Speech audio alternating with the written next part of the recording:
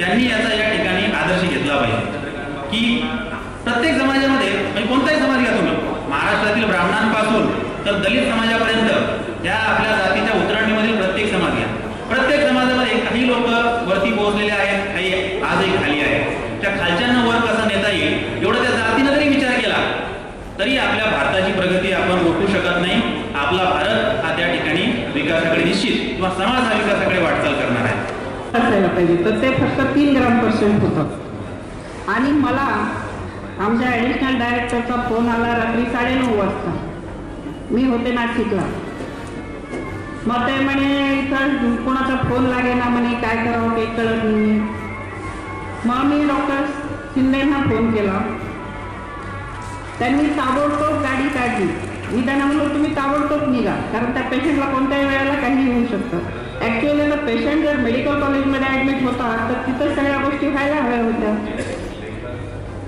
मग मी डॉक्टरांना म्हटलं तुम्ही निघाले की नाही? ते म्हणले हो निघालोय. हे काय? त्यांनी हॉर्न वाजून दाखवलं पुराव्यासाठी. आणि ते तिथं गेले. तिथं जाऊन त्यांनी त्या पेशंटला शोधून काढलं मेडिकल कॉलेजमध्ये जाऊन, आणि त्याला 3 ब्लड अरेंज केले. आणि तेव्हा मग तो पेशंट सुस्थितीत आला.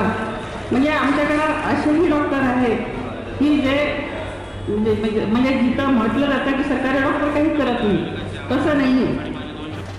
किती आता नाशिकचं जर संदर्भ सेवा हॉस्पिटल पाहिलं तर त्या ठिकाणी किती कॅन्सरचे पेशंट, किती हृदयरोगाचे पेशंट, कितीतरी पेशंट त्या ठिकाणी ऑपरेट होतात, कितीतरी किडनी डिसीजचे पेशंट त्या ठिकाणी ऑपरेट होतात. आता या ठिकाणी 2-3 मान्यवरांनी आपल्या सिव्हिल हॉस्पिटलचा प्रश्न उपस्थित केलेला आहे. तर त्या बाबतीत आम्ही सांगायला तुम्हाला अगदी अभिमान वाटतो की आम्ही हे प्रोसिजर ह्याच्या पूर्वी सुरू केलेलं आहे. म्हणजे मी आल्याच्या नंतर यामध्ये लक्ष घालून हे प्रोसिजर अगोदरच सुरू केलेलं आहे. हे जे सिव्हिल हॉस्पिटल आहे खरं तर ते अगोदरच बंद व्हायला नको होतं. म्हणजे आमच्याकडं 2 हे असतात, एक पब्लिक हेल्थ आणि दुसरं DMER एज्युकेशन डिपार्टमेंट. तर ते तिकडं शिफ्ट झाल्यामुळं, मेडिकल कॉलेजला शिफ्ट झाल्यामुळं हे बंद पडलं. आणि एवढी मोठी इमारत सगळी मोडकळीस आलेली आहे त्या ठिकाणी.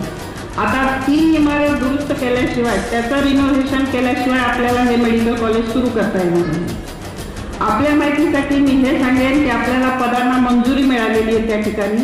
काही पदं म्हणजे आता ज्या बदल्या झाल्या त्याच्यामध्ये काही पदं भरलेली सुद्धा आहेत त्या ठिकाणी. परंतु ते रिनोव्हेशन झाल्याशिवाय ह्या बिल्डिंगमध्ये आता आपल्याला ते सुरू करता येणार नाही. तर त्याच्यासाठी आपण PWD डिपार्टमेंटकडून त्याचं आपण स्ट्रक्चरल ऑडिट केलेले, त्याचे एस्टिमेट त्यांना पाठवलेले. तर आपण स्थानिक पुढाऱ्यांना सांगून जर ह्याचा पाठपुरावा केला PWDकडं आणि ते लवकरात लवकर जर रिनोव्हेशन करून घेतलं तर आपल्याला फार लवकर हे सिव्हिल हॉस्पिटल सुरू करता येईल. आम्ही तर त्याचा पाठपुरावा करतच आहोत.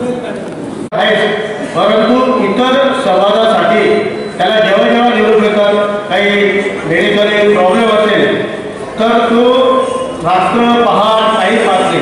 आणि अनेकदा आम्ही त्याला त्या ठिकाणी जाताना पाहिलेलं आहे. कारण याच्या मागे आमच्या त्या मावशीची आणि काकांची प्रेरणा त्याच्या पाठीशी आहे.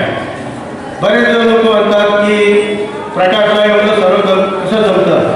आणि मगाशी सांगितल्याप्रमाणे कुठलाही राजकीय पक्षाचा माणूस असला की त्याच्या तोंडावर प्रकाशचं नाव असतं आणि प्रकाशला फोन येतं बाहेर की प्रकाश अशा पेशंट पाठवले तर ते पोचतात तर तेवढं तू त्याला मदत कर.